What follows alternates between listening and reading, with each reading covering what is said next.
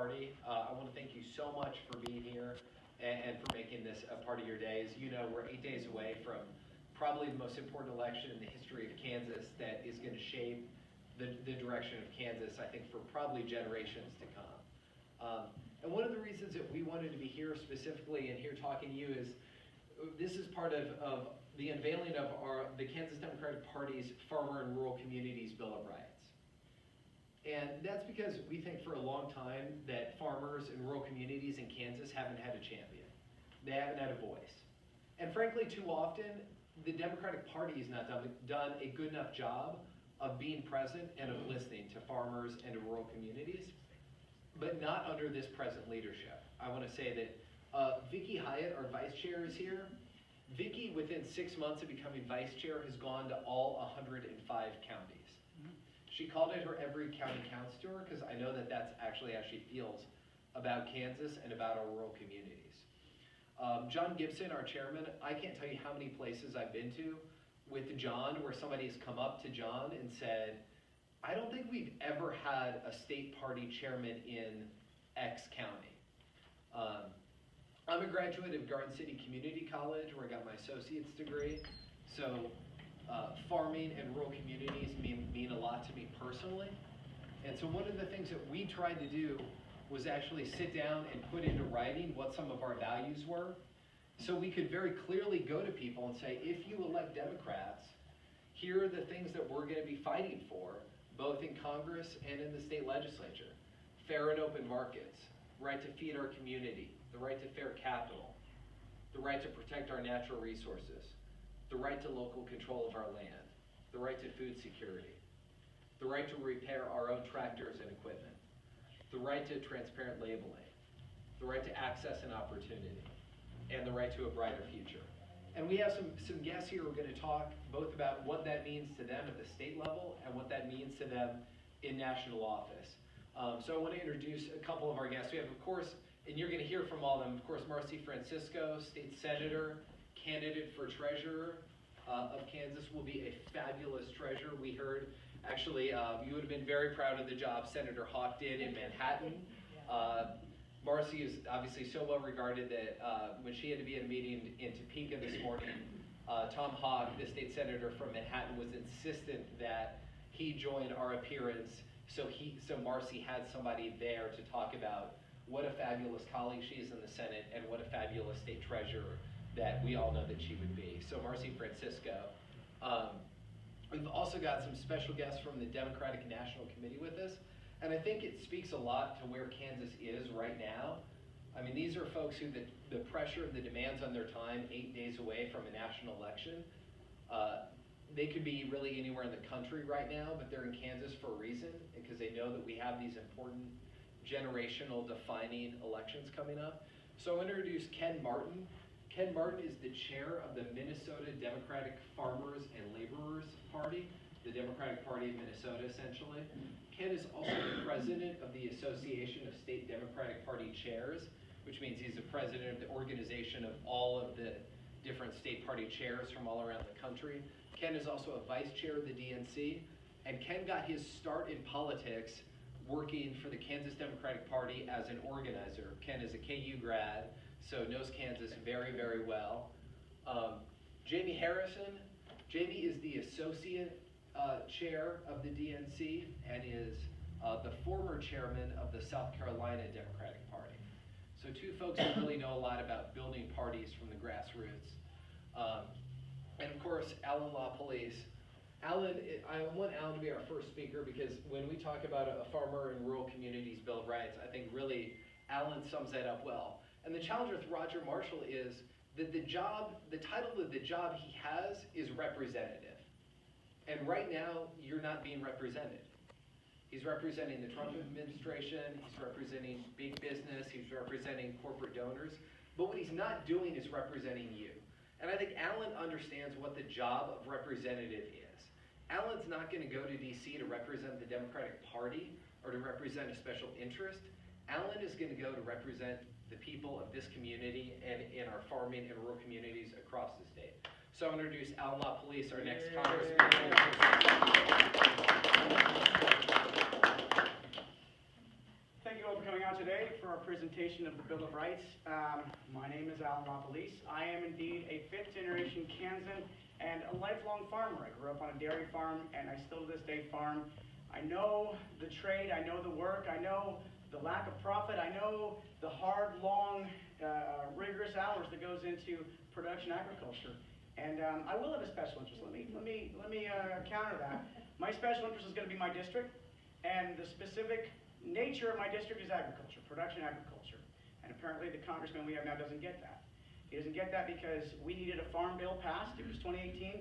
They've had 2 years to craft one, and they failed. And I will say this, they not only failed to craft a farm bill, but because of the Republican House Ag Committee, they sabotaged a pretty decent farm bill. The Senate, they created a farm bill that was passable. It was good. I liked it. It was done by statesmen like Senior Senator Pat Roberts. I agree with him sometimes. On this one I agreed. And Debbie Stabenow, Senator Stabenow. It was a well-crafted instrument to protect production agriculture. It was there to save Kansas farms from something like, let's say, a voluntary trade war. They killed the farm bill in the House because they couldn't, A, get a single Democratic vote, and B, they couldn't even pass it in their own caucus. And then when they could pass something, just by the skin of their teeth, it was such a hyper-partisan bill, it was such a piece of drivel, that the senators laughed. Now what the senators did is they passed a comprehensive farm bill, and they got 86 votes. Now mind you, only 96 people voted. The Senate, this was the most bipartisan piece of legislation to go through the Senate in this entire congressional season. The most bipartisan, and the House held it up. They sabotaged it because they didn't want to pass a farm bill. They wanted to gut the nutrition program. They wanted to gut conservation. They wanted to gut the pieces in there that was good for trade. They sabotaged our farm bill, and our congressman was part and parcel of that whole process. So what we need is a congressman that will listen to producers, that will represent production agriculture, and will fight like hell to save rural Kansas, because rural Kansas is farming. That's what we are. So I want to kind of sum this up, and I like to use little devices. So I will say the summary of this, what I want to talk about are the 3 Ps.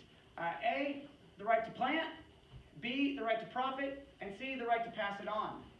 Now what we have right now in Kansas, in America, is the farmers, we don't necessarily have a right to plant our own fields. We don't get to choose what we're going to plant because there are investors and speculators that can manipulate the markets. So farmers will be trying to figure out early on what to plant. Do I go with beans? Do I go with sorghum? What do I go with? So even when we do decide, okay, we're going to go with corn. We're going to plant corn. You realize that Monsanto owns 80% of the patents on all seed stocks. 80%. And because of our failure to represent the American people, Monsanto recently merged with the German company known as Bayer, and so now Bayer, this giant multinational corporation, owns 80% of the seed stocks that we farmers have to choose from to produce grains. Now that ain't right. That's not right.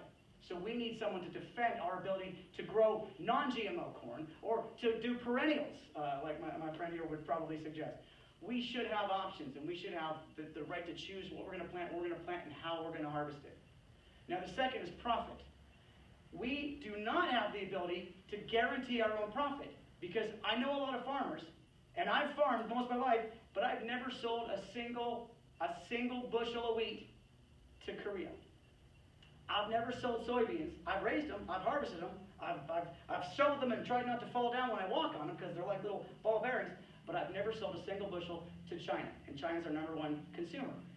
So if we farmers don't have the right to just make a profit, we hope, we pray that our legislators, that our leaders will negotiate good trade policies so that we can guarantee a profit in production agriculture. You see, the only way we get that is whenever our legislators actually represent we the producers, and not they the investors, not those people that paid for their campaign salaries to get them elected to Congress. So we have the right to profit in production agriculture. And the third one, and the most important, is to pass it on. We have generational farms. I have a generational farm. It's been in the LaPolice family for 120 years. There's the Alexander farm. It's been in the family for 3.5 generations. I'm the half. We should have the right to pass on these centennial farms, these generational farms. We should know that tomorrow production agriculture in Kansas will be a profitable endeavor, where we're in control of our own decisions. We don't currently have that, because today in Kansas, we are the #1 state for Chapter 12 bankruptcies. Do you know what a Chapter 12 bankruptcy is? The family farm bankruptcy. We lead the way in Chapter 12 family farm bankruptcies, us and Wisconsin, that other state that invested heavily in their own people. We should be able to pass on these generational farms to our next generation. I'm a 5th generation farmer, and I would like to think that if one of my daughters wants to be a 6th generation farmer, by God, they have the right to do that. But today in Kansas, in the 1st District, I can't guarantee that. I've got family right now that are considering going back into full-time production agriculture, and they have no guarantee that they can be profitable. They have no guarantee that they will be successful farmers like my dad and my granddad and before them. It takes a lot of hard work, and farmers are the hardest working people on the planet. By God, we need to give them protections that they need so they can continue to feed the world. And so if I get elected to Congress, that's exactly what I want to do. I want to protect family farms. I want to protect rural Kansas. I want to protect farming in America. I want to do that by guaranteeing us the right to plant what we want, the right to profit off of what we do, and the right to pass on our generational farms to that next generation. So thank you all for coming out today. We want to do Q&A after everyone speaks? Or Yeah, we'll do Q&A at the end. We'll do Q&A. You want to hear from Ken? Do you want to go, or Jamie? Either one. Hello, everyone. How are you? Hey. I'm Jamie Harris. I'm the Associate Chair of the DNC. It's so good to be with you. Ken and I, as Ethan said, we are on a rural tour for the DNC, and one of the things we wanted to do is come here to Kansas and be supportive of your efforts as we all fight for change. You know, this is someone who grew up in rural South Carolina. I know the importance of these communities, and I also know that it's so hard when you don't have people who will fight for you, who won't work for you in Washington, D.C., and also here in your state legislatures. It's so important, the type of representation that we get. One of the things that I'm working on right now in South Carolina is how do we build rural infrastructure? It's not just, when we hear the phrase infrastructure, we tend to think of roads and bridges and water and sewer. But there's also the infrastructure of broadband. So many of our communities right now don't have that. And why is that important? It's important because in many rural communities, we're seeing these communities shrink because there are no opportunities for the young people who grow up in those communities, and so therefore they leave and they never come back. And so I can drive along the highways in South Carolina and go to some of these towns that I remember as being robust little bustles of activity. And I go now and I see the downtown areas shutter. I see the lack of activity. There's no tax base now because many folks are leaving. They don't have the water. They don't have the sewer. They don't have the infrastructure. And so therefore it's not appealing for small companies to come and operate there. And that's why it's so important that in this election, that we look for leadership that just won't tell us what we want to hear, but will actually show us in terms of their actions. It's something that I talk about all the time. It's about the importance of showing and not telling.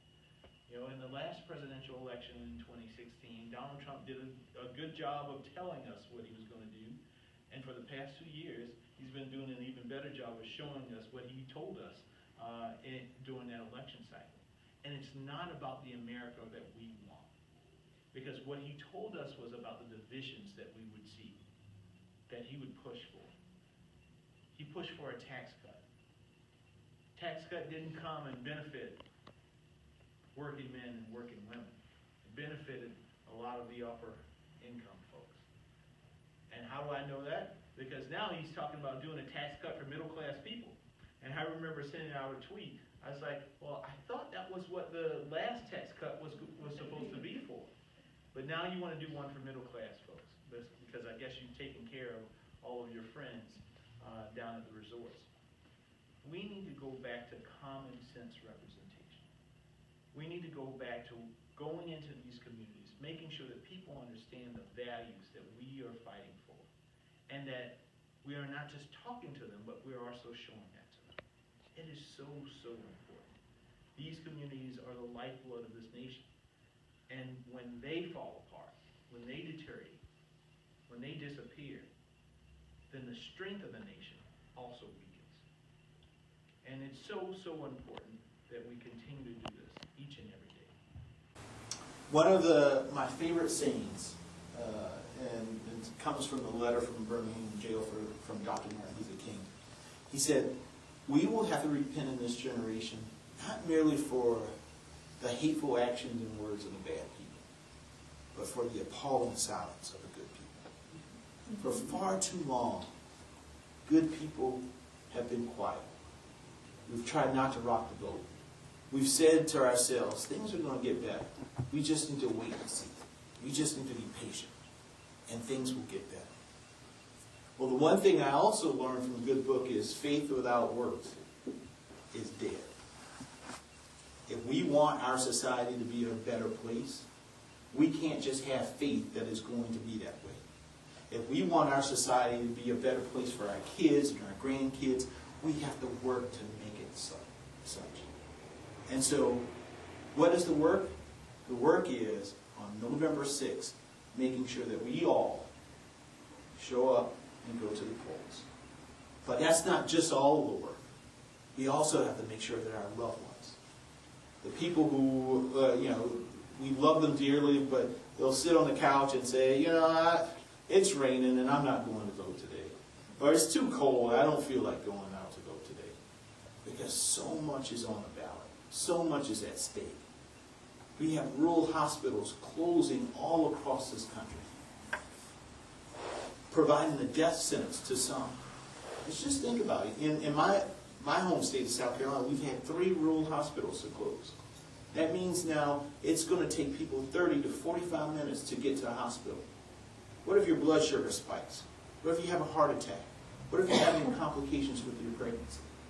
The difference between going to a hospital in 15 minutes to going to a hospital in 30 minutes or 45 minutes is the difference between life and death. But that is the state of what's going on, because so many states, particularly red states like my beloved South Carolina, have refused the Medicaid expansion dollars. And as a result, the hospitals that serve the poor, that serve working men and women, are closing because they can no longer afford it. Schools falling apart. Students are riddled with student loans. I graduated with $160,000 of student loan debt.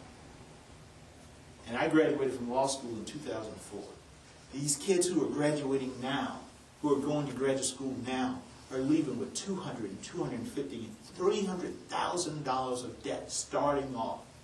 Just imagine when we all started off, to have over $1,000 student loan payment that you have to make on a monthly basis before you pay for your groceries, before you pay for your rent, before you do anything else. You have to pay Sallie Mae over $1,000. That's the burden that this generation has. The way that we change that is to change the leadership that we have in this country. And so I'm imploring you. I'm saying do all that you can do. Thank you for your support. Thank you for your efforts. Thank you for volunteering. But we have to go above and beyond to make sure that we get people out to vote. So thank you again for being here. Thank you for your support of the Kansas Democratic Party. Thank you for your support of great candidates. I feel that we are at the cusp of change. I know that it's going to happen. We're going to show them better than we can tell them.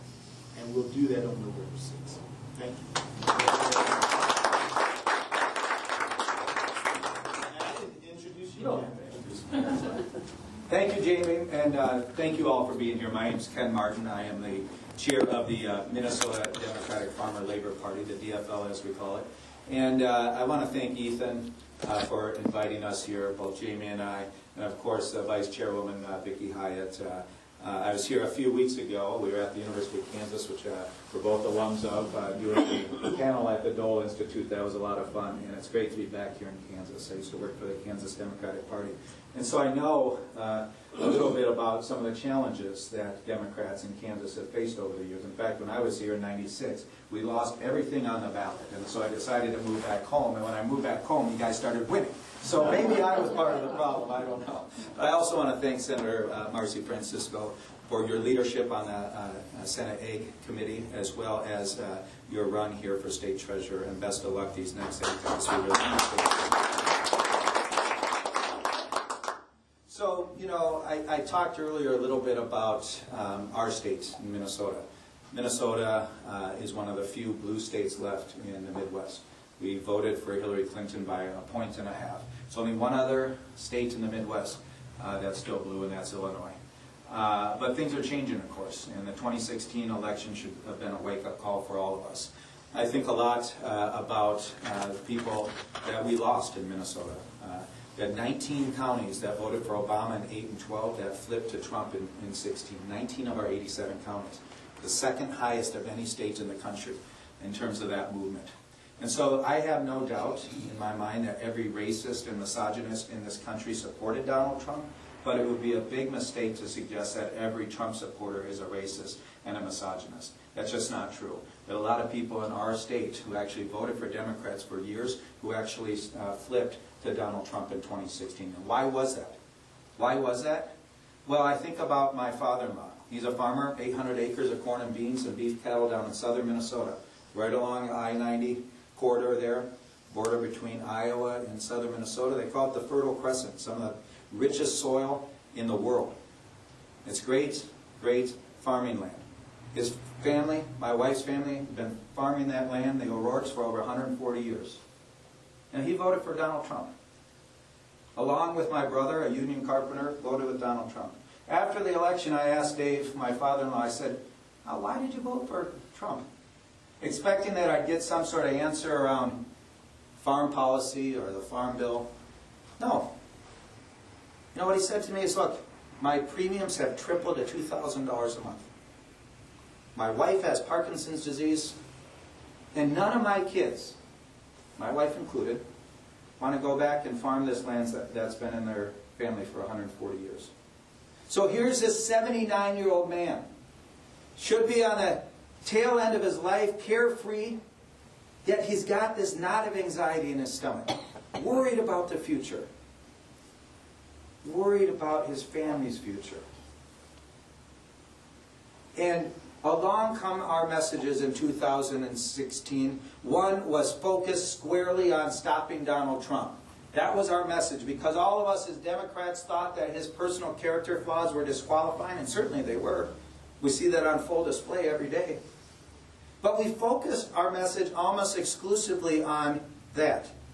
His message, as offensive as it is to me, as a progressive, because we saw it on full display in Charlottesville, make America great again. I know what he meant. But think about someone like my father-in-law, who's anxious about his future and anxious about his family's future. Which one of those messages was aspirational? Which one gave him hope for the future? Which one gave him a sense that his life would be better?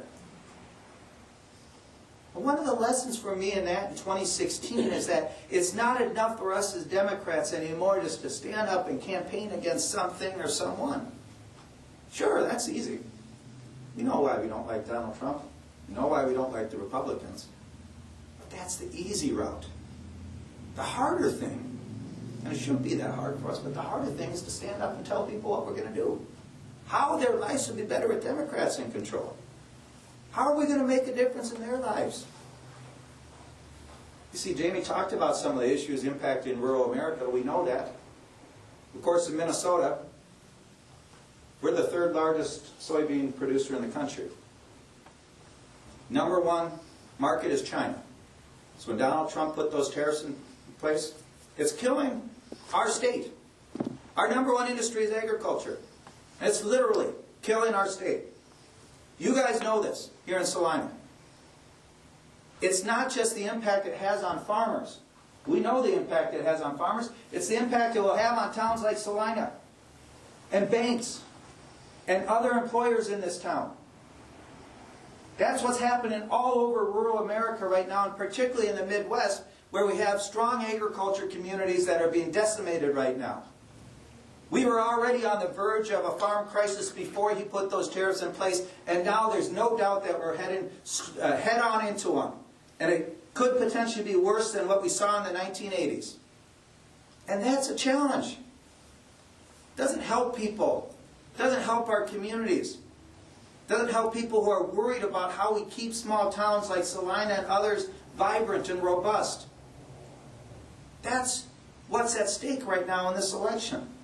Jamie talked about some of the issues. We know out in what we call Greater Minnesota, that's the rural part of our state. We should call it Greater Kansas here. The reality is that health care is a huge issue. People in rural communities are impacted more than they are in other parts of the state and other parts of this country. It's not just the fact that we have so few options in the insurance marketplace that the premiums are out of control. The other piece of it is that we have a lack of rural health care providers. Community hospitals and clinics are closing up. Jamie's absolutely right. People are having to drive 200 miles just for preventative health care. But it's also the fact that we can't get doctors and nurses and health care providers to go out to rural parts of our country. There's a real crisis as it relates to health care in rural America. 2, we talked about infrastructure. My father-in-law, right outside of his farm, there's a county highway. Because the state continues to divest and not fund our transportation needs, that highway has fallen into disrepair. Now, what does that mean for him personally? Well, guess what? When he has to hire trucks to come in and take his grain away, he can't hire those big semis anymore. He's got to hire smaller trucks because the roads are in such disrepair. He has to spend a lot more money out of his pocket to get his crop to market because the state's not doing their job and fulfilling their commitment that they made to the taxpayers of Minnesota. We heard about broadband. I believe that's the rural electrification of our time. In the 1920s, people understood that the way that we kept small towns vibrant was bringing electricity to communities throughout this country. And now, the rural broadband is the same exact thing. But it's not treated as a utility. Right. And Dale O'Rourke, my father-in-law, told me a story about this young woman who decided she was going to move back home to Wells, Minnesota, where they're from. And she's going to set up, she's a tax preparer. She's going to set up her business. She was happy to be back home. She gets down there. 3 months in, she has to pack up and go to a bigger city. Why? Because they didn't have broadband. And unfortunately, that's how you file taxes now, is over the internet. That's just a small example. One person who wants to go home who can't come back home because we don't have the infrastructure to support her and her small business. It's issues like that are impacting small towns and communities throughout this country. So, we've got an opportunity right now with 8 days left. You guys are already doing the work, so I want to thank you for the work you've done. I want to thank you for the work you're going to do the next 8 days. But I got to tell you, we can't take anything for granted. We can't take anything for granted. Some folks talk about this blue wave that's coming. Oh, there's a big blue wave coming. I've never heard of a thing called a blue wave. Reality is blue waves don't just happen.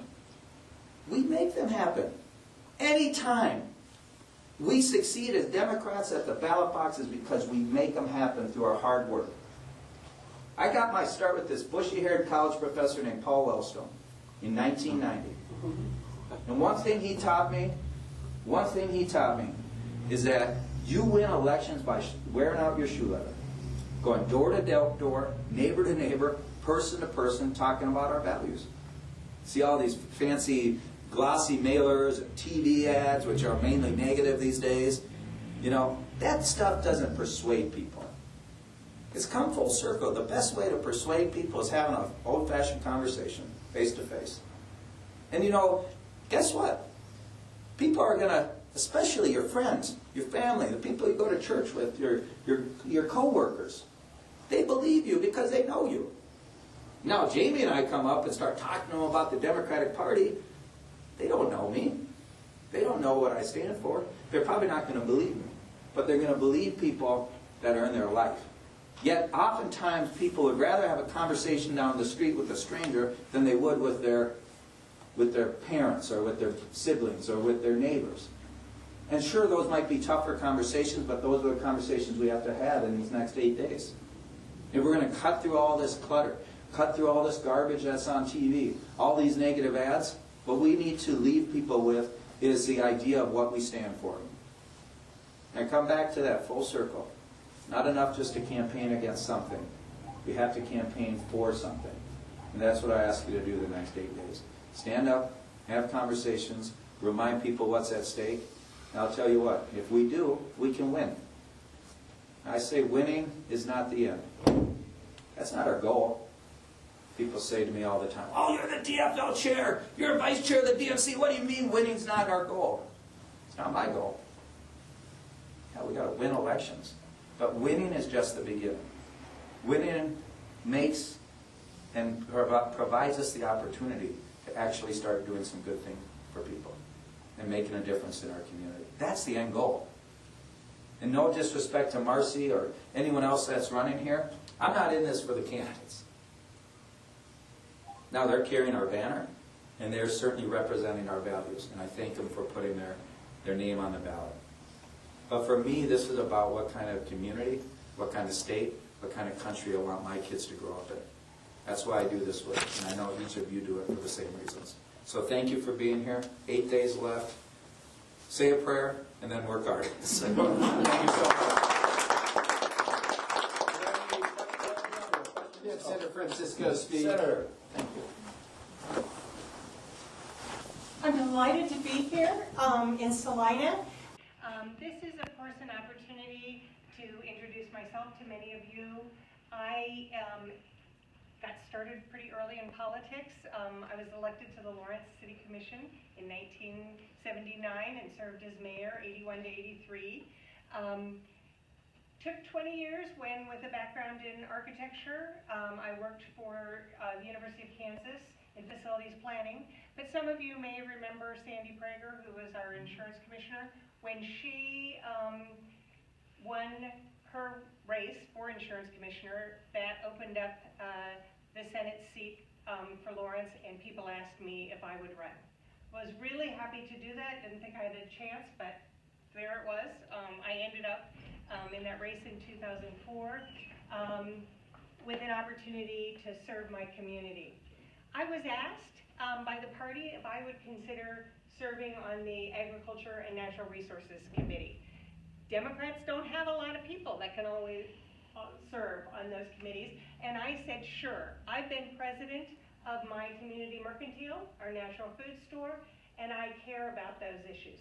And I really enjoyed that opportunity to represent democratic values on that committee.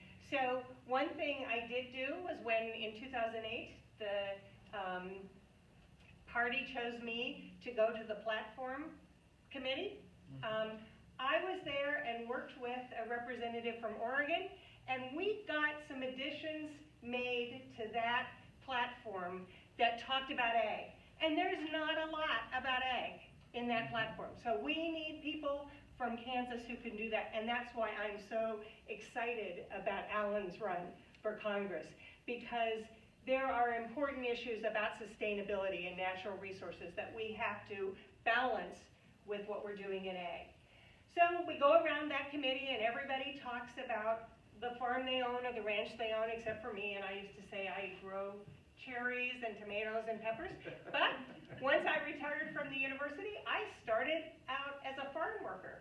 So 6 weeks out of the year, except for this year because I've been campaigning statewide, I picked chestnuts on a 2,000 tree farm just north of Lawrence. And so that's another view for me about agriculture. So what I've been able to do on the Senate committee relates to some of these things. Transparent labeling.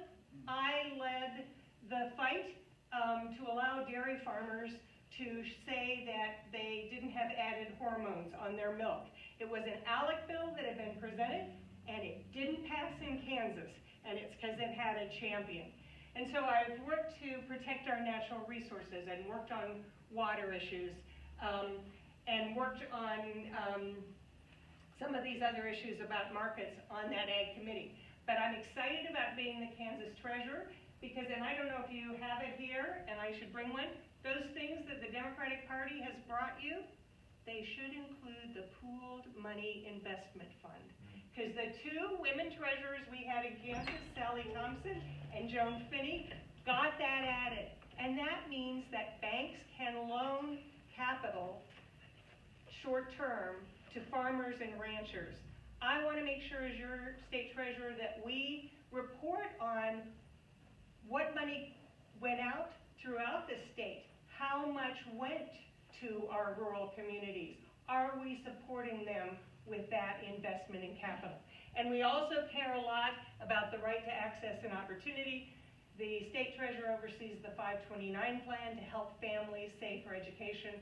I want to make sure that we invest our Kansas dollars to provide an educational opportunity for every Kansas child. So I like to say we need to work on financial literacy. I want to help you do that. Only when individuals and families in our state are strong will the state be financially secure.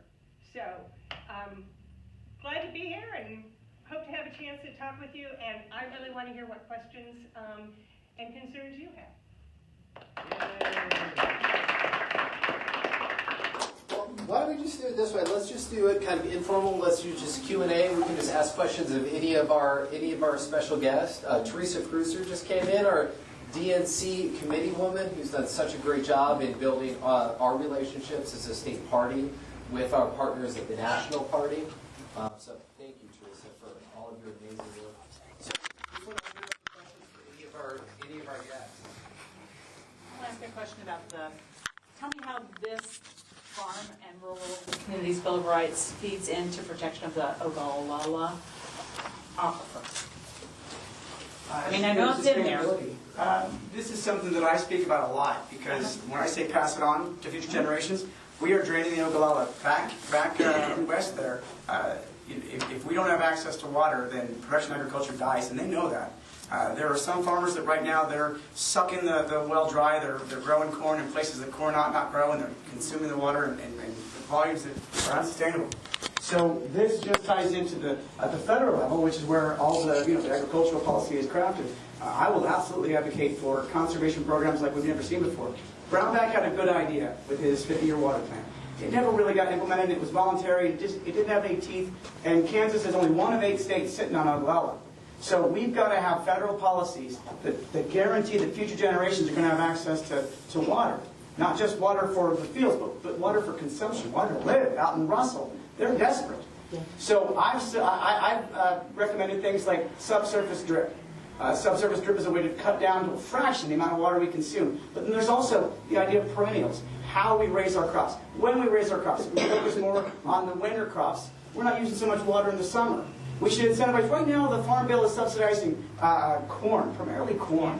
And that's the last thing we should be subsidizing because it's the biggest waste of our resources. So this is what the Kansas Democratic Party has said is part of our platform moving in at the state level. But at the federal level, know that I stand by every word of this, and I will make it a priority in the Farm Bill and every subsequent Farm Bill. That water conservation is top of the list in creating sustainable farming practices. I'll say that Brownback did a good job establishing a vision, but in his budget, he never, ever funded the state water plan. So we funded a 105 county tour for him before his re-election to go around and talk about how important an issue this was, and he didn't even have the decency to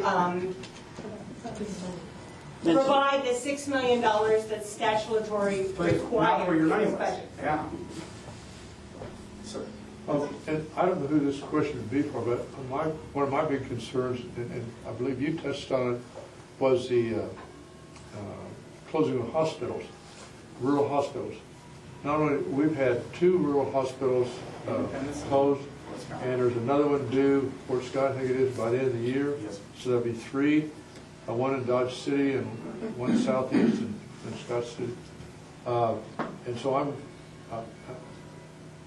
if we don't have this rural hospital network, that's not going to make farming sustainable either, because you got to have access to health care. The other thing about, and I understand that the big part of that was not funding Medicaid, not expanding it. There was some figures a while back that had they funded Medicaid in Kansas, would have brought in by now over $1 billion, and in Saline County alone, that would have required about 52 of jobs, of people that take care of people, you know, in the health industry. So, for the Democratic Party, a big thing for me is, and I'm not a Democrat or a Republican, but I voted Democrat. I want to know what we can do to help our rural. I'll start with two things, and then I'll pass it on. Plus the other part, that not expanding Medicaid also meant, even though there is a hospital there, there are services that are being cut because they're not funded. Sure. Well, there's two things to it. First off, as the member of Congress, I get to help designate critical care centers. So I get to choose and say, this hospital qualifies for federal funding so we can subsidize these smaller rural critical care centers. And that's something very near to me.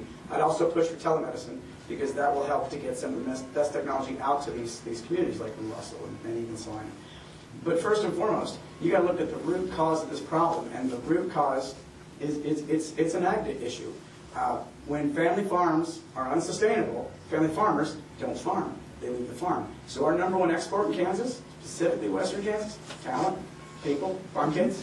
So when the family farmers have to leave and they go to Kansas City, or they go up to somewhere in Nebraska to get a job in working steel or something, the community starts to atrophy. There's no kids going to school, so the school district starts to lose money. There's nobody shopping at the local market, so we have food deserts in the breadbasket of the world. But mostly, those hospitals that used to take care of all the broken bones and the kids getting their tonsils out, those kids aren't there.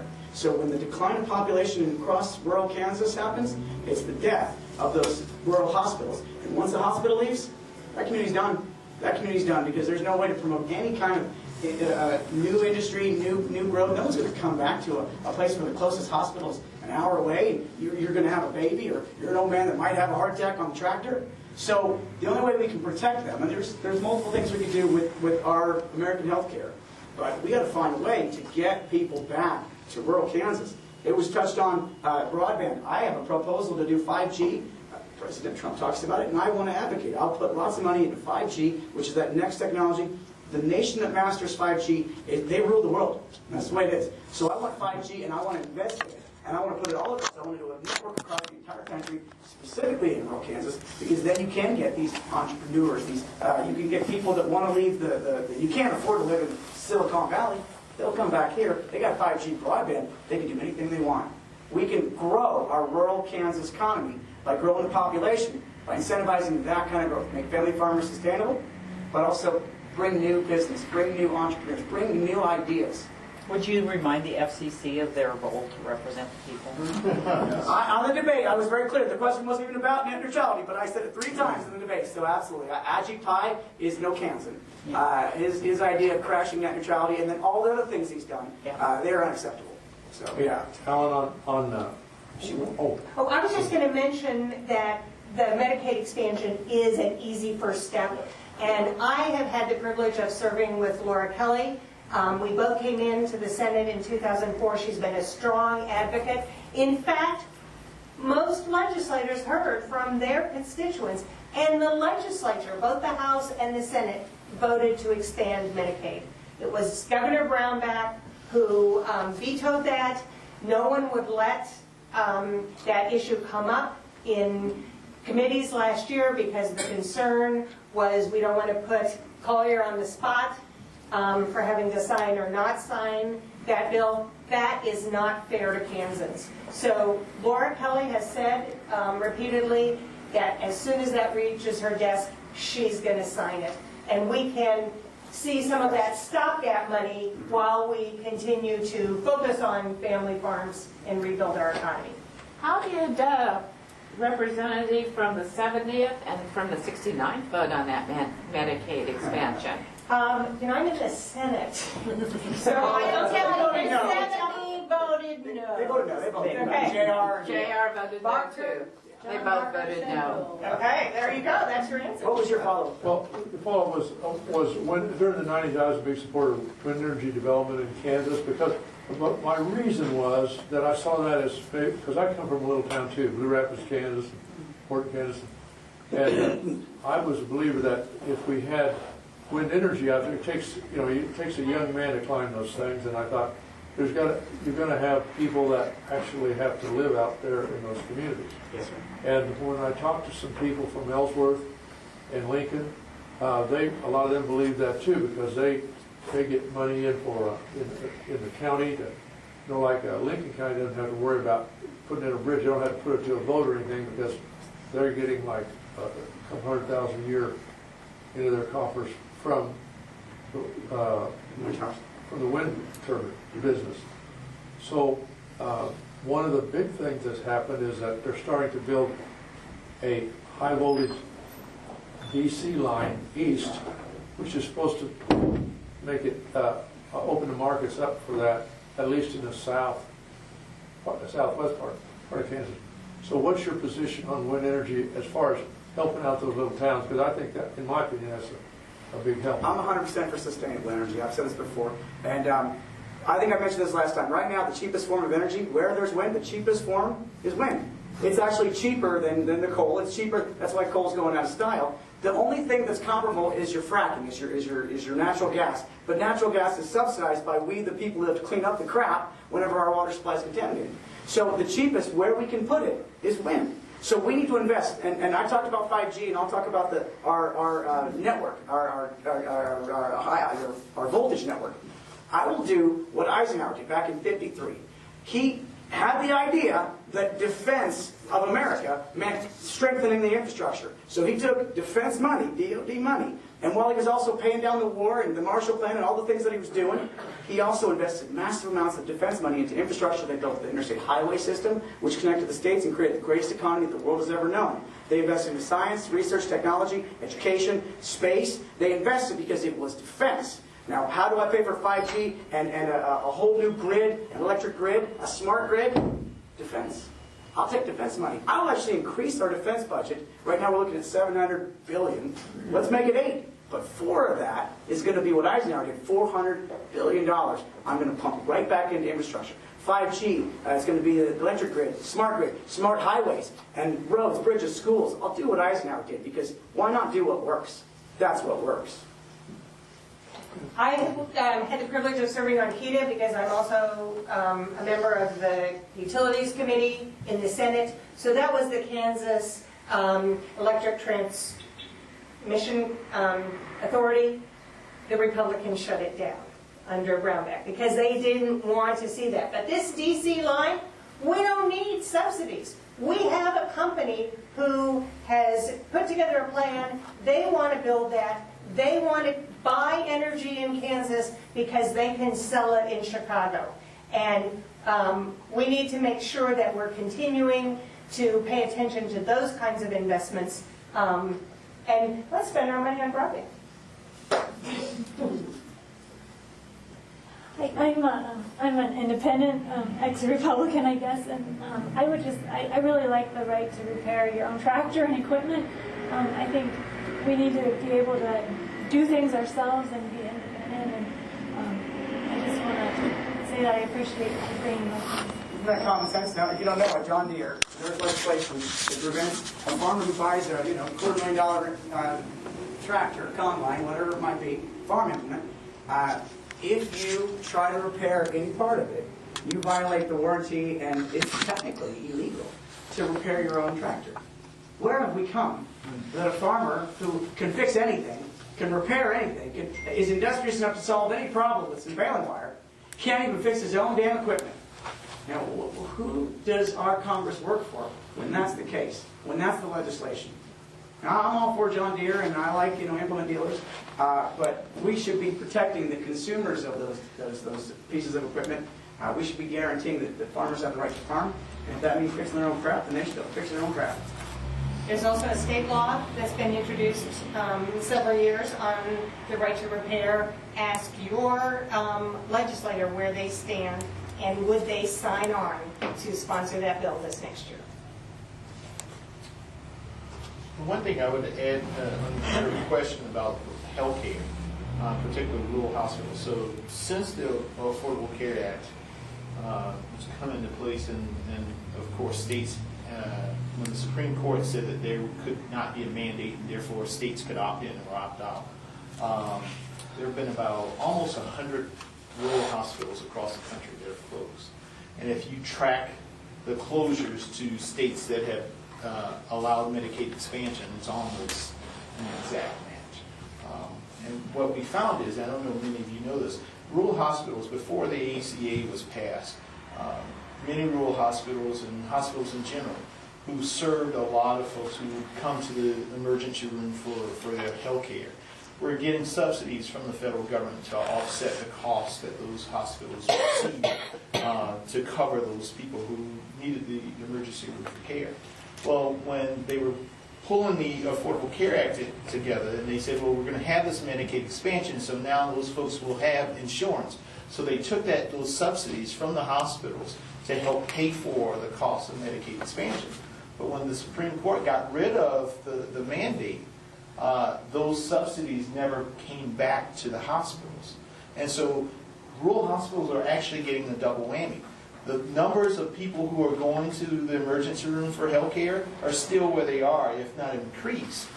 But they're no longer receiving the subsidies, and they don't get Medicaid expansion. And so they're losing more money on top of this. And this is what's forcing these hospitals to close. What we've seen in healthcare just recently is, and you probably have noticed this, that Republicans are now saying, oh, we're all for pre-existing conditions. Right? Done everything they could. They've done everything they could to gut that. Yeah. But the reason why they're saying that is because they now understand that the polling says that if you are not for pre-existing conditions, it is very, very problematic for you. I think the next shoe to drop on this will be what's happening in rural communities because of the rural health care. Because it's not that somebody has a D by their name or an R behind their name. When you have a stroke and you need to get to the doctor and you need an emergency stroke, you need it now. You don't need it in 20 or 30 minutes from now. And a lot of folks in communities that have supported Republicans in the past are going to start to stand up and say, as I said, that good people have to stop being silent. We have to stand up and say enough is enough. And we'll find this in terms of rural communities. And so I appreciate both of you for stepping across the line and just saying, we need some common sense leadership in this country again. Because really, things have gotten bad, and they're going to get worse unless we get good people to really rally and stand up and say enough is enough. Let's do maybe one more question, then what I would love to do is have everybody actually sign the Bill of Rights, and then maybe I'll take a picture together. Before the, I'm going to say too, I've been busy so I haven't seen it, but I was told over the weekend that there's going to be a news release today, and the insurance premiums, because of Republican legislation, insurance premiums for 2019 will be going up 16%. How much? 16%. Because we're killing the individual mandate, because of all the other things that they've done to undermine it. They undermine reimbursement to insurance companies. Yep. Okay, well, for the 30 million or however many people that are not insured, that don't have insurance, they estimate that 1% of those per year die. In other words, you don't have health, there's a million people that don't have health insurance, okay? 1% of that per year. Yep. That's 1,000 people. That's a human cost. So that's 30,000 people, or about every 2 years what we lost in the Vietnam War, if you want to look at it, compare numbers. And that's the other bad thing about, you close rural hospitals, it's more of the same kind of crap. And I mentioned bankruptcies. The highest rising bankruptcy right now is from the farm, but the highest national-wide bankruptcy is due to healthcare costs. Medical bankruptcy. Yes, sir. Since this is last, it's probably a good thing. I'm going to go in the next room. The time frame of the politician has to be, of course, with an attention to the next election. the time frame of the geologist is in millions of years, the biologists are billions and billions and so on. I think that it might be worthwhile, especially if we have some national people here, to move the discussion to a longer time frame, even as you're taking care of the here and now. Because I think people are hungry for a vision. Soil is more important than oil. And as much of a non-renewable resource as oil. This country is rich in soils because the Pleistocene moved all that top from Canada down into northeast Kansas, along I-90 and so on. We're poisoning the soils. The city of Des Moines has to spend $25 million just to clean up the nitrogen. We're 408 parts per million in the atmosphere. At the time of the bombing of Hiroshima and Nagasaki, we were at 310 parts per million. It's moving up, and we have 2,000 people that have a consensus that we got climate change as a reality. So, yes, we're draining the Ogallala. Yes, our soils, the richest country in the world, they're eroding and being contaminated. People want to hear what we're doing about that uncertain future, as much as they want to hear about hospitals and whether their health is going to be taken care of. I think as much as they want all of it. As things currently stand,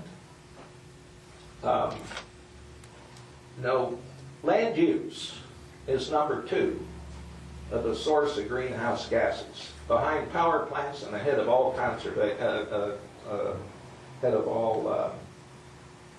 transportation.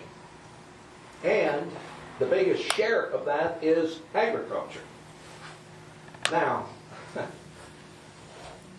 how can we develop a narrative that carries with the here and now, and at the same time is carrying this vision for a future in which we measure our progress by how independent of the extractive economy we become? It seems to me that that will energize folk in hearing the more mundane but very real things that you folks are addressing. I'm very pleased that you folks have all stepped forward, but I'm asking you to pay attention to people like Willstone, who's no longer with us, and the kind of vision that he carried for Minnesota many years ago. So there's folk out there like that, and I think we may surprise a whole bunch of people if we start stepping up to that larger vision. I thank you folks for being here. I'm going to say this. I didn't have a question. I had a couple. Then I'm going to give you a directive. If I win, you know that you're my chief consultant when it comes to all those issues. Like you're enlisted. You're on staff to help guide. I'll say this too. There was a farmer out in Frankfurt not long ago who told me that he's converted row crop into wetlands, and he's trying his best to. He can prove to you how he's put more organic matter back into the topsoil, and he is reconstituting the robust quality of his soil. Now, he said, why don't we incentivize that in the Farm Bill? Why don't we actually pay farmers to actually increase the per million organic content of their topsoil? Why don't we pay them to reclaim wetlands and to get rid of row crop? And I said, my God, that's actually pretty genius. Yeah. Instead of subsidizing corn, let's subsidize restoration of our topsoil and our most vital resource in Kansas, which is, besides people, it's the soil that we walk on. Yeah. I'm picking chestnuts, please join me. Maybe to invest in fruit and nut crops, not just corn.